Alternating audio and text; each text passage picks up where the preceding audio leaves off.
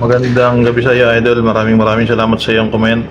Shoutout po sa Bersanet. Maraming salamat sa inyong tasa.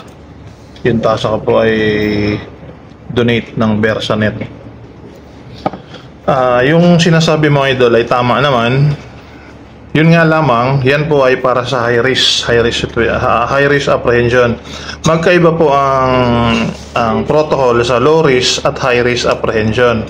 Yung pinakita po namin na binubuhat, inahawakan lang, pain control lang yung gamit, yun po ay para sa low risk. Hindi siya masyadong, kumbaga, non-lethal approach kung tawagin. Pag takedown po kasi, hindi maiiwasan niya na magkaroon ng mga gasgas, magkaroon ng mga bukol, at kung minamalas-malas pa po, ay baka magkaroon niya ng pilay, mga ipit na ugat, at hindi po dyan mawawala yung pasa. Sa area nyo po kasi, lalo na sa atin, nasa corporate tayong mga security, dalawang klase yung client po ninyo dyan. Isang client po ay yung inyong direct client, yung kung saan ay kakontrata nyo nung inyong agency para kayo ay mag-provide ng security services. Yun po yung inyong direct client. Ang indirect client naman po ay katulad ng mga customer po nung inyong na nasa area ninyo, doon naman po kumikita yung inyong client. Pag po ginulpi nyo, nagkapasa-pasa yan, nagkakaroon ng nagkabali-bali ang buto niyang indirect client, ay lagot po kayo dun sa inyong client. Sa kasamang palad po, pag ganyan mga pangyayari at nagkaroon ng problema, ay mas kinakampihan po palagi ng client yung indirect client. Natural naman po yun dahil yun po ay customer nila.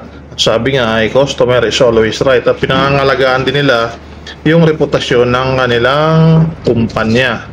At syempre, pinangangalagaan nila yung kanilang mga pinagkakakitaan kontra sa iyong pinagkakagastusan.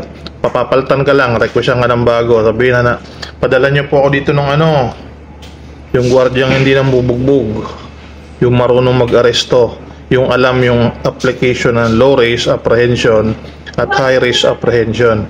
Usually yung low risk, yun nga po, yung in-explain ko na, yun po ay yun sa mga yung mga wala namang gaanong threat sa ating kumpanya, wala namang gaanong threat sa physical threat, ang ibig ko sabihin, yun po yung ating ina-applyan ng low risk, mga mahihinang tao. Magugulo sila pero mahihina naman sila, mas malakas tayo. Yun naman pong high risk, yun po yung mga uncontrollable na, yung mga magugulong tao talaga, di ba? Yung mga lasing, mga driver na makulit, na kumukuha pa ng may mga panaksak na, may mga ganon. Yun po yung ina-applyan naman po natin ng high risk apprehension. Yun, doon na po yung mas matitinding pain control na ginagamit. Andyan na yung mga hard control. Yun, doon po yun applicable. So iba-iba po ang niyan. Iba-iba po ang application po niyan. Lagi po natin tatandaan, ang kailangan lang po nating i-apply ay yung reasonable force. Huwag po tayong sasagad-agad sa maximum tolerance nga tayo, di ba? Ito tolerate muna natin hanggat kaya natin. Tini-apply lang natin yung reasonable force, yung necessary force. Kaya nga po may force escalation. Escalation of force. Mga ganon, di ba? So, maraming pong salamat. Sana po ay nakatulong.